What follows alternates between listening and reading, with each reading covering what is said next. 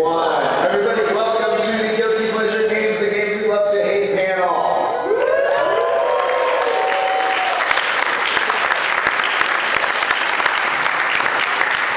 I am Blake Morse. I am the community manager for Midnight City. We are an indie games publisher, and we have a wonderful panel of indie game developers here today to talk about the games that they love to hate. So let's get it started right. Let's just go down the line and introduce everybody.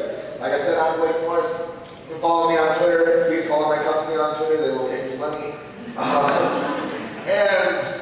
Let's just go down the line. First of all, right here, starting with Adam Rickman, the creator of Dragon Fantasy, and currently working on Woah Dave for Choice Provisions. Woah Dave. Woah Dave. It's a very funny game. Go check them out at the indie game booth. No, give it up for us.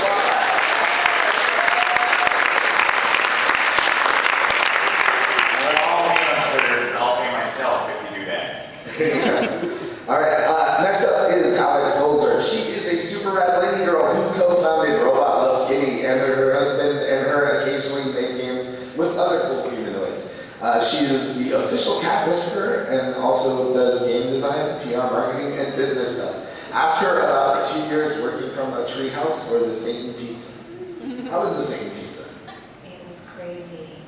And like seriously, we ordered a large pizza and it didn't fit in the doorway, unfortunately. And there was 3 of us, and I really wish they had warned us that 3 people could only like. That doesn't sound like Satan's work. That sounds like a miracle. Yeah. That sounds like there should be like a religious holiday.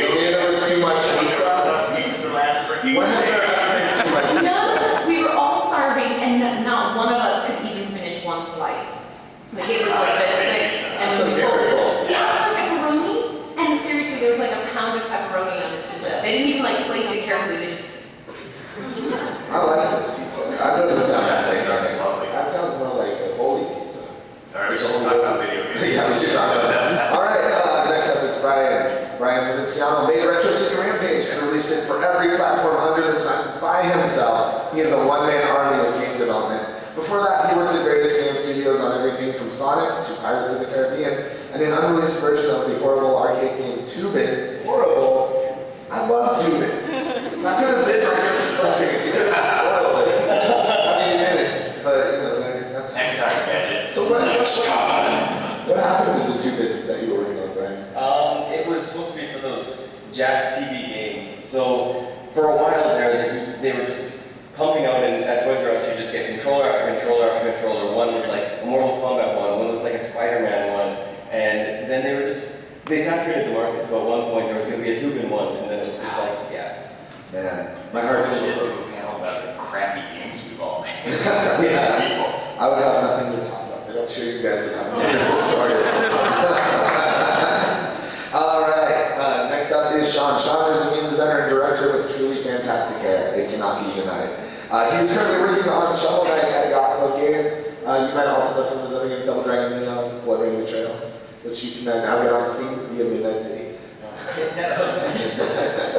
Well done, I see that. Yeah, I see that. Time to all Cross pro, yeah. There you go. And last up on our panel is Jim Crawford, who has been making video games for over 20 years, but nobody noticed until he moved to the Bay Area and started making friends with game journalists. Since making Frog Fractions, he's told day jobs to screw off and is writing the Making Games train until the conductor realizes that he forgot to buy a ticket. Alright, so please give it up for our panel.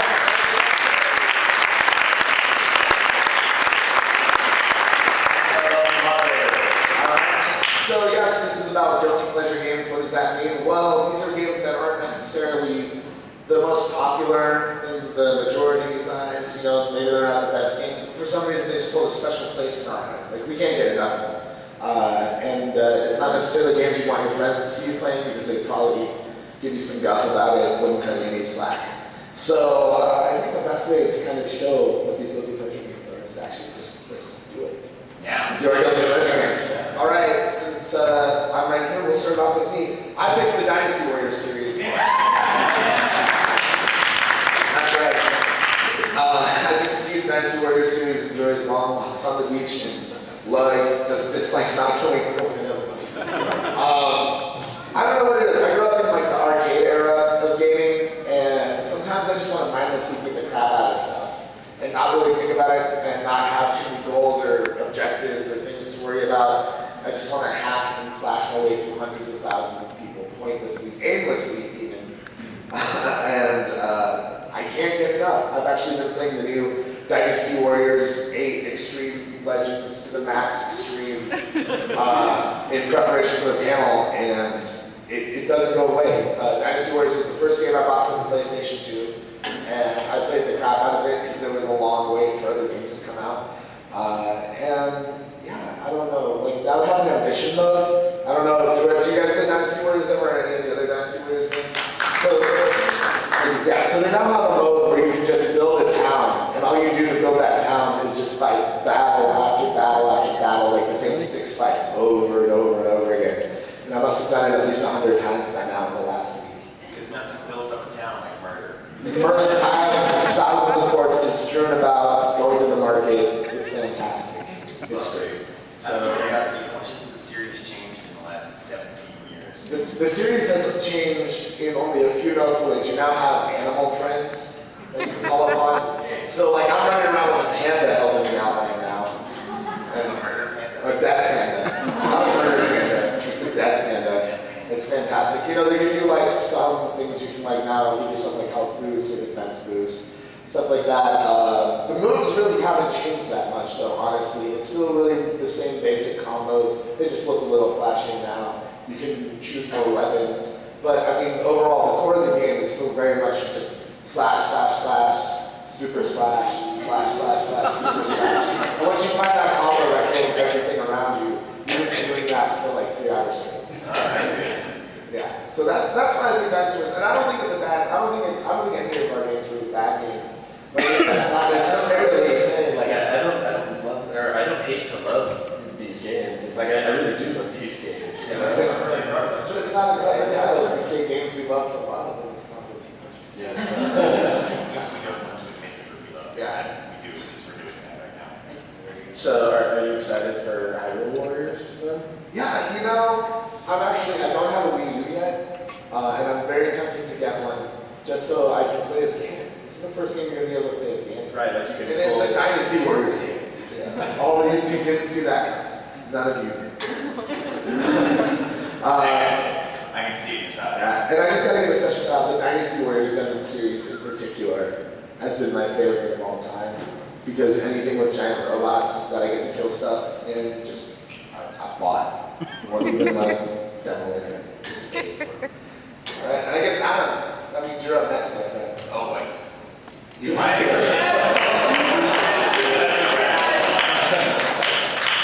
All right, when I was a kid, I loved Final Fantasy II.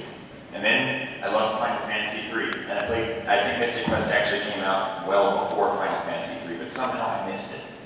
So one day I saw it in the rental shop because I could never afford to buy video games because I lived in Montana and my parents didn't make any money. Although that may be the case with lots of people.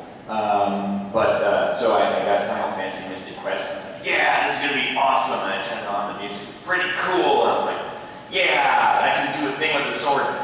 And then I realized I couldn't actually do anything with that sword. Like, yeah, shing, shing, didn't kill anybody, didn't really do anything. Then I got an axe, and I could chop down a tree, but I still couldn't hurt anybody with that axe. I could flick a switch with the axe. That's all I could do, and it had to be a lever. It couldn't be a button. That was only for swords, because you press buttons with swords, apparently. Don't you have a sword to press buttons at home? that's how I get all my light switches. Like I said, I didn't have a lot of money, so Use a stick. I had to use a stick. I had to use a stick. I think that cover is especially misleading because it really made me think that it was like it had something to do with Final Fantasy II. You know, Final Fantasy II back then, Final Fantasy IV now. It's like I thought, I was really surprised that I was going to be playing as Cecil and Kane and Rosa and all that. It's like I was kind of shocked. It's like I didn't know how Final Fantasy worked at that point. Yeah, I had that same moment of shock. I told everybody, I think everybody kind of got it because it said Final Fantasy on it. Right. And for me, Final Fantasy II or 4 in Japan, whichever you want to number it by, that was the first RPG I ever played.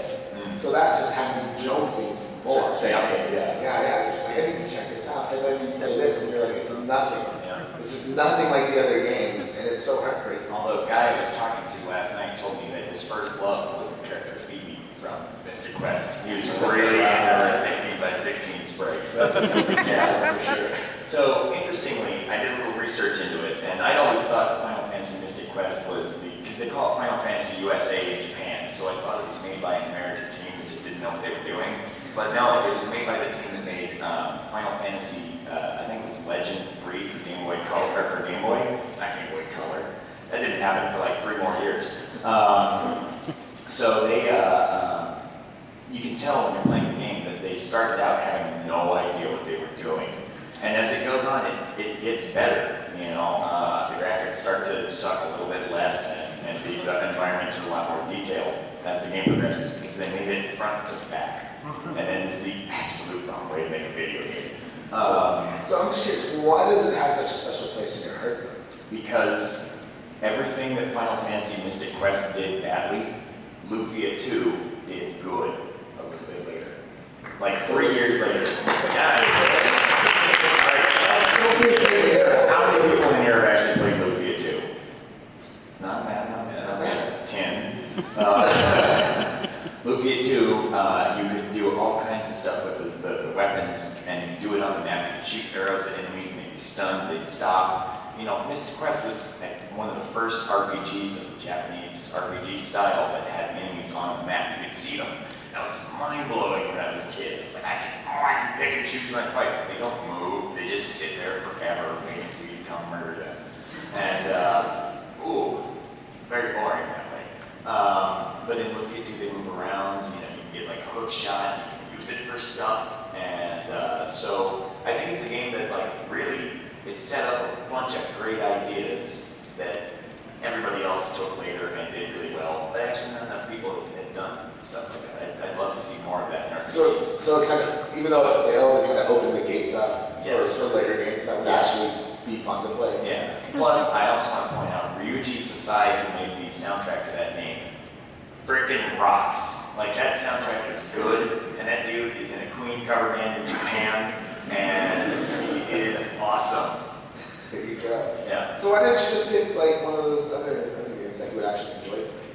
Oh, no, I like playing it. Uh-huh. It's bad, but I enjoy it. I play it with fast forward held down on an emulator, but, you know. But to me, that is the essence of a guilty pleasure game. Yeah, I'm like, why am I playing this? Why am I'm fast forwarding through the whole thing. Why don't I just stop? You can't stop. I can't, I need it in my name. Alex, your game is a non-stop thrill ride of intensity. Are you ready for this, people? Are you ready? It's restaurant.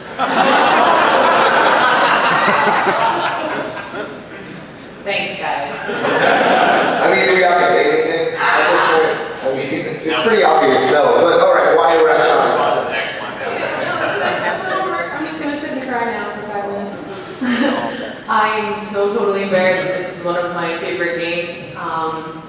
But I am one of those people that completely thrives on min-maxing things. It's one of the reasons why my husband puts me in charge of all the business side of things for our little studio.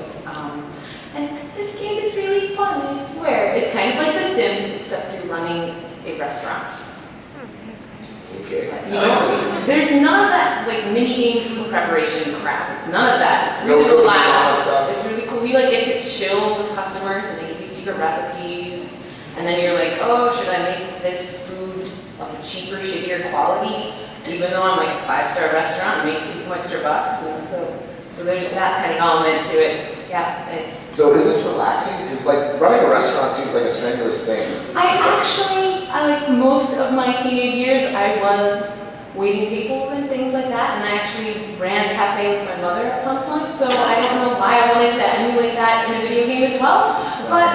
Because you have the power, you have total control there. It's like when you go to work and your boss don't manage like cafes and stuff, you go to work and you boss people around and they don't really do what you want them to. Then you just go home and you have the perfect restaurant. That's right, yes, video games are all about living a fantasy, getting to be what you can't be, or being it better.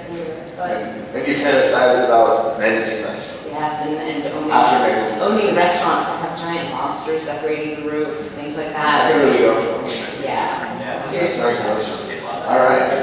But you actually, oh, go ahead. But I was gonna say, is there an action element to the game? Like, does it actually, like, is it a very, like, speedy thing where you're getting behind in the corners and you're having to deal with something like that? Is it more like you're, like, clicking sliders around? It's very much just the back end of running a restaurant. So there's no like chef brawl You or don't see the anything? tables, you don't see people, it's just like, things come through the door. So, You get to watch these little sim-like characters come in, sit down, order food.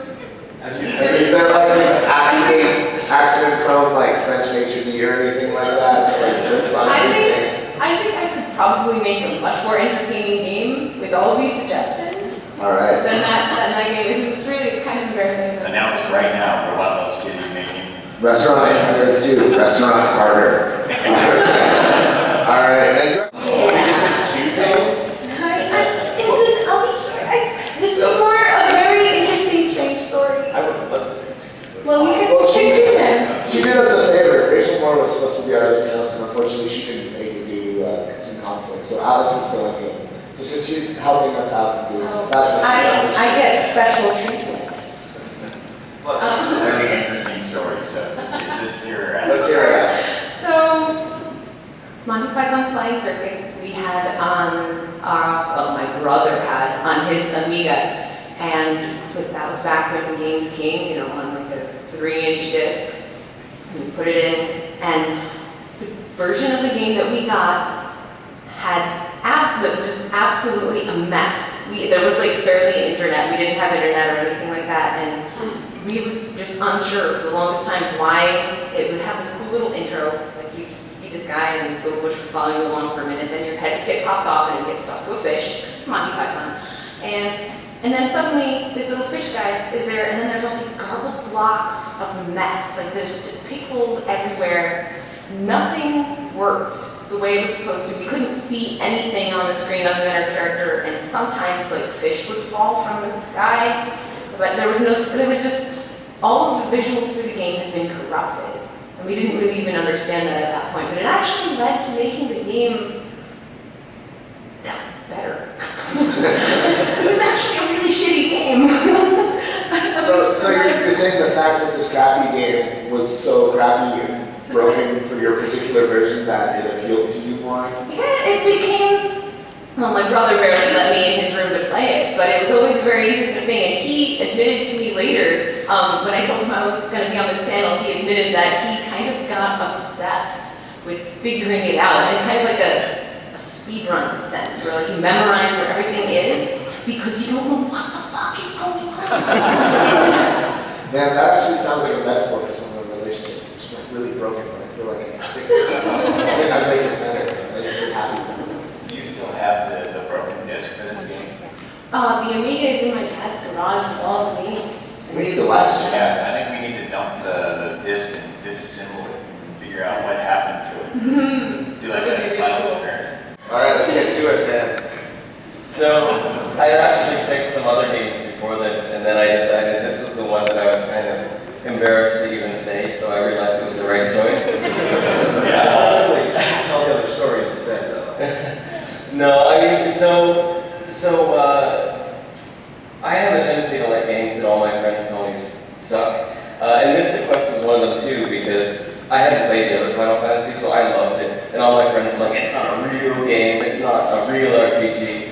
And with this, it was too, I hadn't played stealth games before, and I was just such a Rockstar fanboy that almost my entire PS2 library was Rockstar games. I would just blindly buy them because they're Rockstar. And so I picked this one up, and it was a stealth game. I was like, wow, this is so good. And all my friends were like, no, this other stealth game's better, this other stealth game's better. Hadn't played any of those, and I looked at them and I'm like, nah, I don't even want to play any of those. And it did a lot of things that people just really hated. So it was really, really gory. And so people ragged on that, but Rockstar desensitized me, so it wasn't a big deal. Grand Theft Auto 3 already was out for a while. Yeah. I don't know why they worry about the board. When GTA 3 first came out, and you were in a third-person 3D game, hitting someone with your car, it was like, whoa! And then, a month later, And so Rockstar is, that I feel is the impact of violence in games, is they don't necessarily make us do bad things, they just desensitize us in the visual form. And it did other things too, though, that stealth purists just hate. Halfway through the game or something, you start to get guns. And to me, I love that. Like, now you had some power, and you have 3 bullets, and you can hide behind something and shoot someone, but the stealth purists were just like, they ruined the game by adding guns. And so, most people I know, maybe everyone I know personally, just says it's a bad game, but I just loved it, and I beat it, and then I went back and played it again. Even before I knew about this panel, I went back to play it again just a few months ago. You know, it seems to me like Rockstar makes a lot of sort of guilty pleasure games because State of Emergency. I was gonna say. Yeah, everybody hated that, but I enjoyed the crap out of State of Emergency as kind of a proof of concept, if that makes any sense. And I feel like Manhunt was kind of the same way. It's just kind of like Rockstar having this like sort of theory about a game idea and trying it out and just releasing the game. You know, and We were talking about something similar to that yesterday. Remember the Andrew WK game? oh yeah, Game? We were talking about it. It's like I was really afraid to talk about it because it's like, you know, patent pending. But it's like if we did, yeah, it's like an Andrew WK game that was like State of Emergency, but it's like Andrew WK's Party Hard the game. So it would be like a cross between like State of Emergency and like it's like a music game or something. Right? Oh, yeah, It's like you play as Andrew WK and it's like, you know, people that just kind of like step back and forth. Or, yeah, it's like boring and you just like go and you just like rock. yeah, you just start party hard everywhere you go. Party, and it's like you just keep going through like Yeah, you know, crank up the music, just get the snacks out for people. You're just partying hard, so you just pretty much we just want to remake State of Emergency. I think is what we're saying. Right, yeah, it's like the objective is just to get everyone in the entire game to just party as hard as possible. Wasn't there a game about like a Vegas experience, like casino mini games and strip club mini games and drinking mini games? Was this ever released? No, this is Vegas. That's what it was called. It was announced, and it's never ever been released. I'm so sad. Yeah, but just getting back to Manhunt really quickly. The thing that I always thought was like you were saying about the violence is I always thought that was like the selling factor for the game. But then it became like the most controversial aspect because you were just so violently and very gory and graphic murder scenes in this game. And I don't know, maybe it's because in Grand Theft Auto there's so much anonymity to the people you're killing, whereas in Manhunt you're only killing very specific people. Like that might have been what was throwing people off, like the intimacy factor. You know what's interesting though is that it gives like this weird VHS grainy effect. It kind of, I mean, it's still gory and gruesome, but it's not ridiculous. Like it's not detailed. But in GTA 5, that torture scene, like I was just like looking away from the screen, and I was just, I understood that they had a message to send with that, and so I respected that. But at the same time, I was just like, yeah. Well, that was way worse just because the guy was incapacitated, right? Yeah. I stopped playing. No, that's I don't know what message. So there's the torture scene in Grand Theft Auto. You haven't seen it? No, I haven't. Oh, you have seen it? That's what I stopped. It was just like I can't do that. It's painful. It's painful. And you can just choose how you want to torture the guy too. It's like I don't want to. So I don't want to torture the guy. Well, too bad. But the thing is, after playing Manhunt, you're like, oh no, this one guy in Grand Theft Auto 5. That's too much for me. Yeah. I killed everybody in Manhunt several times. This is true. The graphic improvements just make it too gritty, too dangerous. Yeah, I don't know what it was. It was. I wanted to fast forward one. I chose Mortal Kombat 3.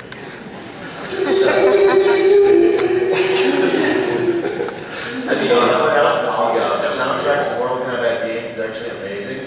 I The garbage that was in the movie. Oh, are you saying you didn't like the techno soundtrack? Because I mean that film, I could do a whole guilty pleasure panel about that film too. I remember being excited. I remember being so excited for that film to come out, and I remember New Line Cinema was making it, and there was an article that was like, the Mortal Kombat movie seems to be going so well that they're putting like another like $2 million into like more special effects for the scenes, and I just remember reading that, and I was like, oh my god, this movie's so awesome. And I mean, my expectations were completely delivered on. I remember me and my buddy were there, and we were going to see the movie, and it was like, But they couldn't pay for a better song. That's what you're saying. that song was my jam for like so many years.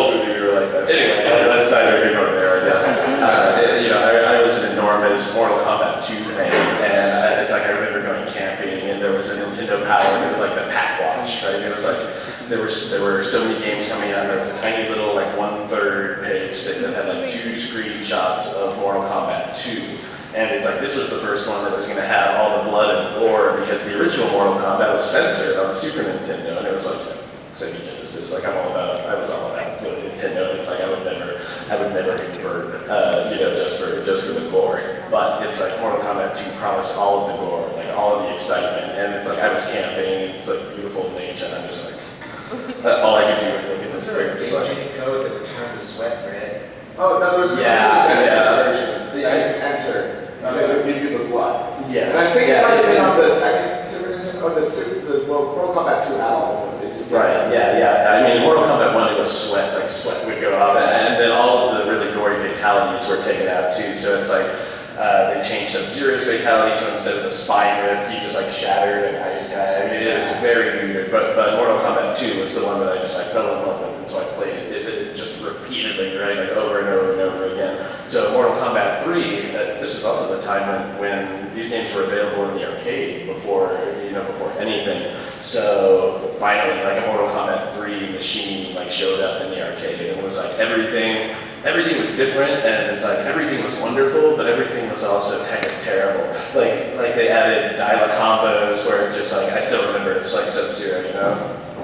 It's just like such muscle memory, but like they removed Sub-Zero's mask, and you could actually see his face, and he had like a big scar, right? They added Nightwolf, like the Native American. That was just like, I can't believe that they're doing this. Scorpion. That was the 90s, bro. It was progressive. I guess so, right? I guess that's inclusivity of some sort. But it's like they have the ketchup and mustard ninjas, the cyborg ninjas, Cyrax and Sector. Smoke, dude. I'm all about smoking Mortal Kombat. Right, yeah, smoke was there. I mean, yeah, Robo Smoke. Do you remember the fatality where it's like you throw out all the bombs and then it panned out, it was the entire world, and it's like,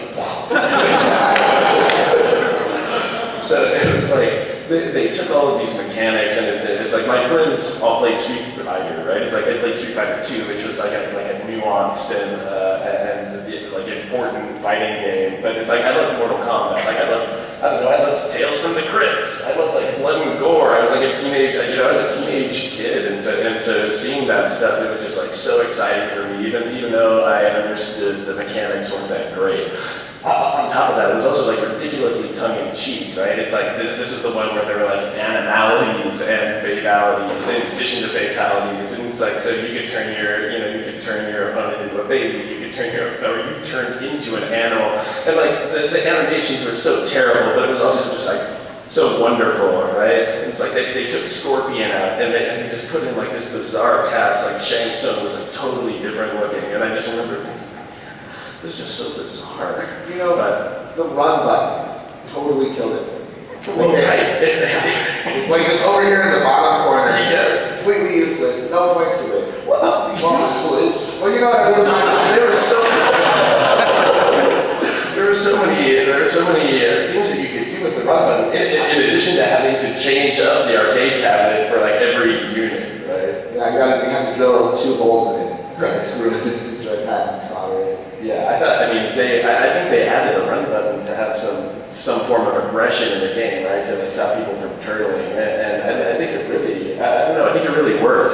But the mechanics were just, it's like I understand now that they really aren't what they could have been. And like Mortal Kombat is always kind of like for me, it's like the ultimate expression of a B game.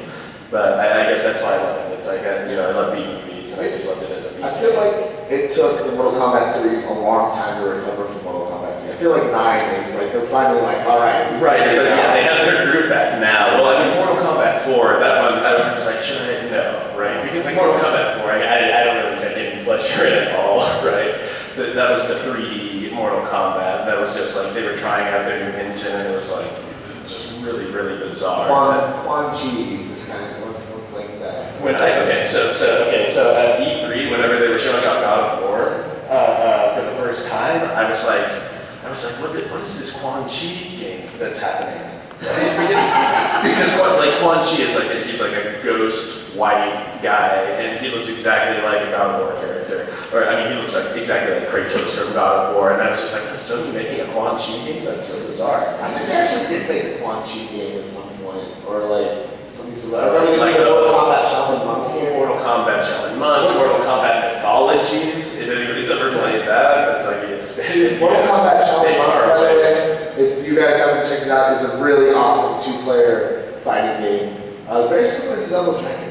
Wait. Shaolin monks. Yeah. Yeah. I mean, it's a beat 'em up, and you go through all the locations from Mortal Kombat. You play as Liu Kang and Kung Lao, and I mean, yeah, I actually thought that was pretty dang good. Yeah, that was actually really good. And much better than Mortal Kombat 3 by far. All right. I still love it.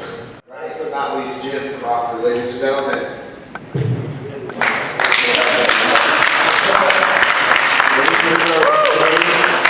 Any groans? Okay. So, Invisible War is a game that everybody knows is terrible, but nobody's actually played. This is a game that came out, it was right when PC developers were starting to realize that actually their entire target market is playing console games. And so, when they started to target consoles, PC people really kind of took it personally. They took it as a betrayal. This game kind of became the avatar of that whole movement. And took all the brunt of like the betrayal that PC players felt when the developers moved on to wait, no, let's go target people who actually like buy tens of millions of copies of instead of 1 million copies. It also had a lot of growing pains in terms of this was their first Xbox game. It was their first game with a physics engine in it. It was their first game with normal mapping, so it was kind of ugly in a lot of ways.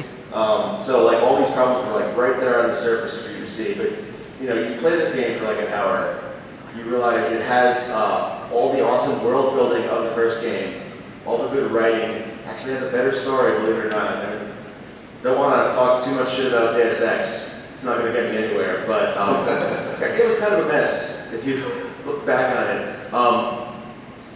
But Deus Ex won. Yeah.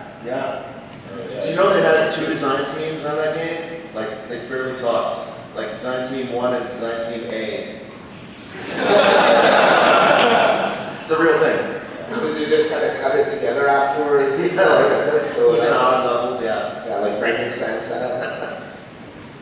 But, yeah, you play this game for an hour and, you know, you're playing corporate coffee shops against each other. You're stealing, like, an alien-grade corpse from the bottom of a nightclub. It's great. But it's just sloppy. It's not a mind-blowing game like the first game. It's 8 out of 10. Hate to use a number, but that's what I give it, right? Well, so what kind of console stuff did they dumb down, to make it? Yeah, well they streamlined a lot of the mechanics that were arguably too complicated in the first game. That was like part of the design mess, right? It was like, well, you've got a lockpick and you've got a multi-tool. One of them opens doors, and the other one opens doors. And so, just make them the same thing. And they did an experiment with the unified ammo thing. I never really got the hate for that, but like everybody hated it. I mean, it didn't seem like a huge improvement to me, but I didn't see why. Like it was the one thing that everybody went to as like this is the worst thing ever. Yeah. Unified ammo? What's up? Is it unified ammo? Yeah. There was no. Each gun had used the same pool of ammo. What's the point of having different guns then? I mean, They had different abilities. Like they shoot. Like one of them shoots behind you. One of them. You really see well in a first-person shooter. Yeah. All that stuff. That's what first-person shooters are. It used like different amounts of ammo, though, right? So it's like a rocket launcher, Yeah. 10 bullets. Or Yeah, no, they balanced it. Yeah. So, But that did mean that like when you ran out of ammo, you ran out of ammo for every weapon. So, yeah. So are there places where that kills the game or anything? it never happened to me. I guess I'll have to play and find out. Yeah. I just remember the HUD being like enormous. Yeah, it was weird. It was like they wanted to make it analogous to like you were using the analog sticks to select things. So they made it a circle. And that's kind of awkward for like if you're a PC user, that's just stupid. Yeah, things like that. It's kind of weird though, it's interesting because like this was at the era when like PC games were really desperate for the attention. And now it's kind of leapfrogged back to now that consoles are desperate to get that PC market and they're trying to find like angle and creative ways to get like console players to come back. Get console players to come back from PC now. Yeah, it's a pendulum that has swung many times. Yes, the tables have turned again. So I wonder what like this generation's Deus Ex Invisible War is going to be as like consoles trying to get people to do Is there anything that you guys, or have you seen anything that you feel might be? It's like a console game that's way too complicated. Yeah. A USB keyboard to work or something. Something like that, yeah. Maybe, I don't know, maybe like thinking about Every first-person shooter. Hey, I played Borderlands on consoles, guys. Come on. Oh man. Well, sweet. I think it's probably time to maybe see if anybody out there has. We have our human Michael right here. Just get in front of him. And you know what, guys? I went the extra mile. I brought some sweet Midnight City t-shirts with me. So if your guilty pleasure game or your question is good enough, you might get hooked up on one of these sweet extras. But it's not good enough. All of a sudden, more people. Hey, put the next slide on. So Oh yeah. that. Look at that. What's your favorite hamburger? What's your favorite hamburger? What's your guilty pleasure hamburger? Let's just go down the line. Jim, what's your guilty pleasure hamburger? What's our Hamburger. There's a hamburger. Like McDonald's, Jack and Box. You know, they have a restaurant in town, like, you guys should all go eat dicks. Yeah. I'll go eat dicks all day. Yeah.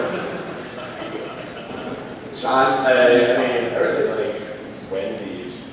Yeah. That's like Any particular burger? Yeah, well, it's like the double bowl. I mean, the Baconator is like kind of amazing. Like me and my buddy went, and at the end of it, he's just like, and somebody came by and he's like, dude, what's wrong? He's like, I got Baconator. And it's like, I get those burgers, man. They're so square, and they're so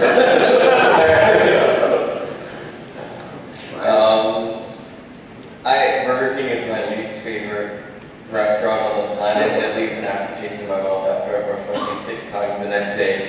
But then they announced this thing called a rodeo burger with onion rings in it, and I was just like, that's hilarious, I need to try it. And then I laughed twice because it didn't look anything like the picture, and there were these soggy oval things that were, I guess, onion rings. And the funny thing was, I got a wrap, and I got the rodeo burger because I was hungry, and they tasted the same because they had the same sauce. So It's yeah. all the same chocolate burger. No, I like all burgers. Equally, that's cool. I'm gonna get Arby's on the way home. You're gonna get diarrhea up here, man. 100-mile drive to Oakland, I'm gonna get Arby's. This one time I had this thing called the American burger. It was like 100% ground bacon with bacon on it. I gotta say that's probably my guilty pleasure burger. But let's get to the audience, guys. Come on now. Now, what's your guilty pleasure burger? Hi guys. Alright. My guilty pleasure game is Metro Brother M. I'm fully aware it's a garbage game for trash people, but for anyone who hasn't played it, it takes the strongest female character in like all of gaming and turns her into a punching bag who won't use all of the kick-ass weapons on her spacesuit armor because some old guy she doesn't work with anymore didn't say it's okay. Ninja. Yeah, don't forget that she cries and quakes in her boots when approached by Ridley. Right. She's killed like 3 times. Which is but hard that's not the 17 times previous. But I like to play it and pretend it's a game based on some DeviantArt users' sexy sci-fi like Metro. And then it's fucking awesome. So spot on accurate. Beautiful. Okay, try it. All right, well, that's awesome. Come on down here. Shirt. You want a shirt? You want a shirt? You want a shirt? Throw that.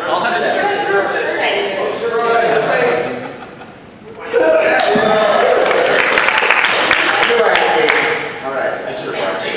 My guilty pleasure game is 50 Cent Blood and Sand. I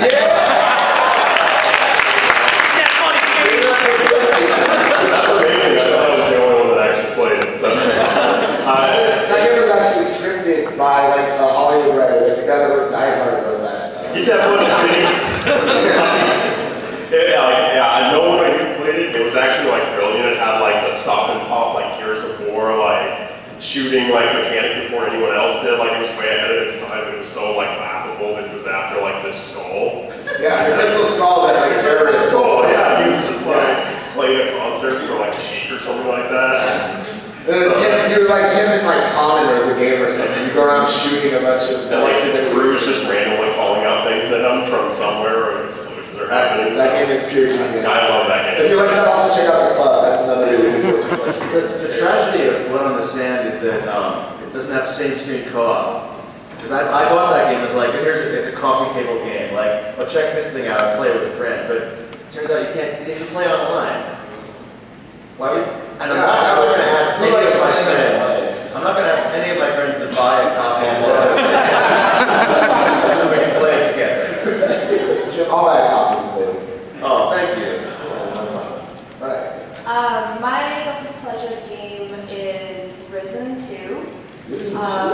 That I bought it on a Steam sale, and I kept making fun of on Steam all the time because I play hours and hours and hours. It's got great like action, and you go island to island finding loot, which is awesome. And there's it's good. It's really good. You know what's good special is nobody had heard. I'm on $2 right now. There you go. $5.